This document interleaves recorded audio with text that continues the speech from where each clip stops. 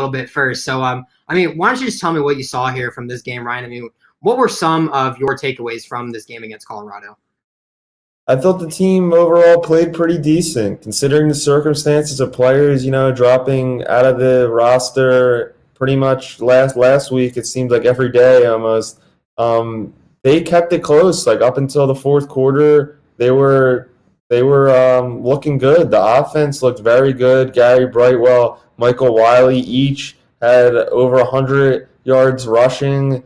Michael Wiley, especially 7 carries, 122 yards, which is just incredible. That was the story from the Wildcat side on offense. But the real concern is just, they let up 407 yards rushing on the ground, and that brings it to 1,082 rushing yards in the last 4 games of the season that the Arizona Wildcats have given up, which is just disgraceful.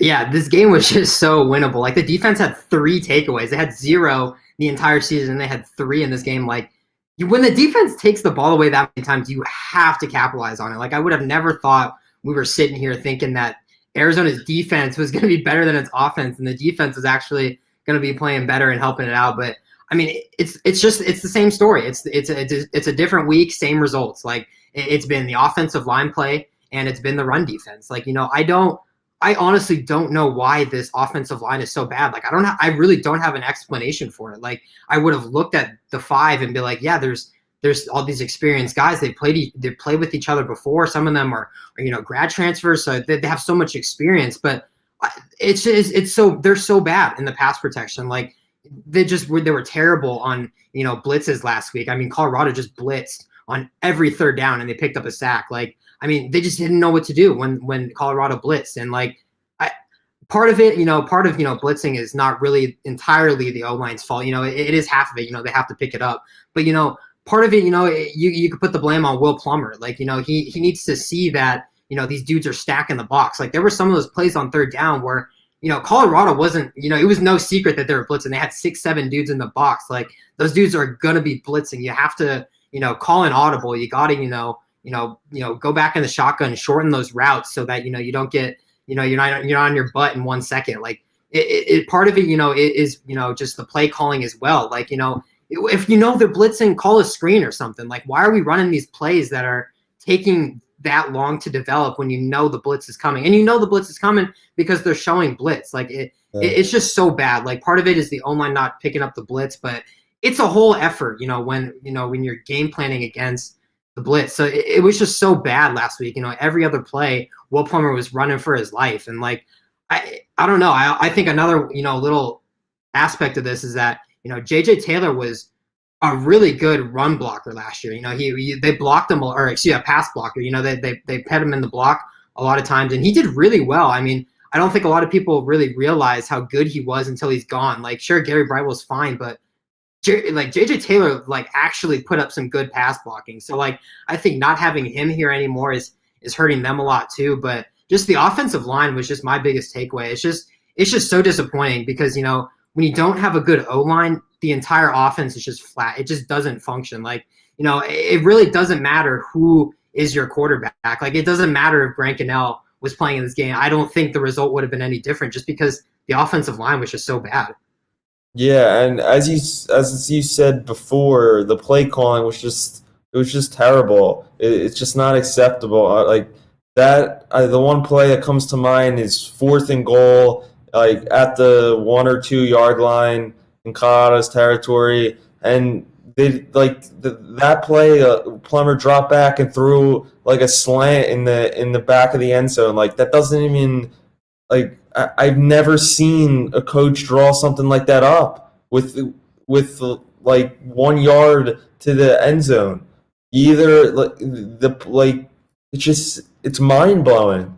When you're that close to the end zone, that's when you, for example, need to use the tight end. Bryce, Walmer, just have him cut across the middle or something, But it's just so frustrating watching these plays.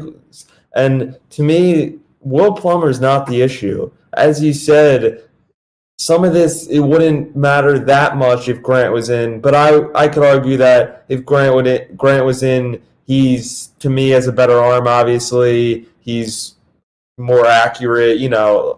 He's just a better player. So, but the O line, that starts all the problems with the offense. But even as with that bad O line, the running backs still somehow were just incredible. Multiple rushes over 40 yards apiece, and they were very good. And they need to continue this streak against ASU, or they won't have a shot. Because if those running backs did even half of that, they would have got destroyed and looked horrible like last week against Colorado. Yeah, I want to complain about this run defense a little bit too. I mean, they gave up, like you said, 420 something rushing yards.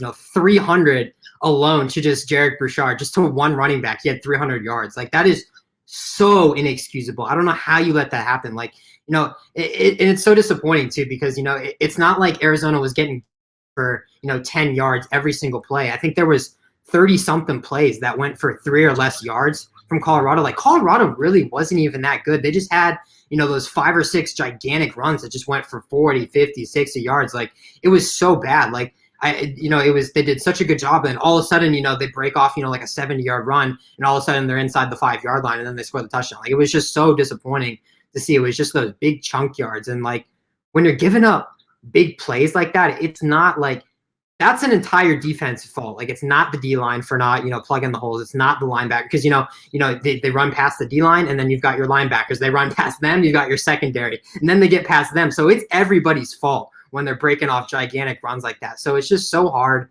to pinpoint what exactly is going on with this, with this defense and why it's been having so many troubles stopping the run game. And I have to give some credit because I feel like the running backs in this conference and the ones that they played are actually really good. Demetric Felton is very good. Jarek Burchard is very good. Stephen Carr is a very good running back. And then we know about, Washington's run game. And, their scheme is like some of the best in the conference, at least in the run game. So, I mean, sure, you can give them some credit for being a good run game, but 300 yards to one running back, that's so inexcusable. Like, it was so bad. Yeah, but as you mentioned towards the beginning, there was a bright spot, and that was Anthony Pandy. And again, at that game last week, he was everything Arizona and everyone talking about, hoped for at the beginning of the season, that he would grow into that leadership role and really prove that he can fill the role that some of his former teammates left, like Tony Fields. That one pick, the one hand grab, that was just incredible. I couldn't even believe what I was seeing because I heard before that game Arizona didn't have a takeaway this year. So that was a positive, but it's not even they're giving up a lot of points. It's really just how this team is structured right now. They don't score a lot. So the way they need to win is by winning close games, and they haven't been successful by doing that so far, as we know. So it's really the defense has been bad at times, but if I feel that if Grant was playing and the O-line was a little better, they could have won a few of these games just because that firepower that we saw in that first game against USC.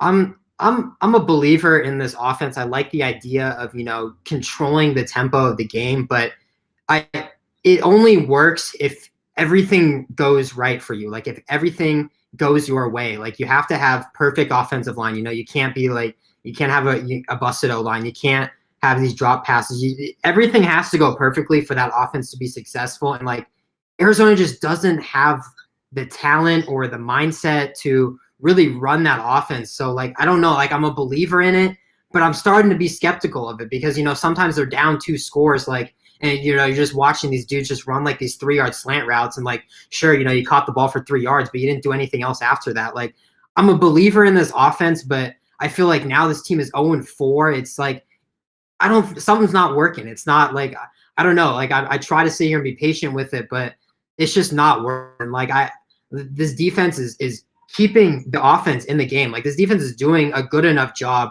to be winning games. So I don't know what the problem is. I mean, this offensive line obviously is part of the problem, but it's really something deeper than that. It's a shame.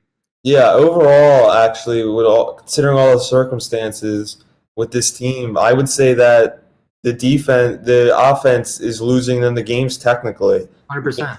Yeah. Because this defense, I expect them at the beginning of the year to be giving up 30 points at least every game, and they're not doing that. They're playing well.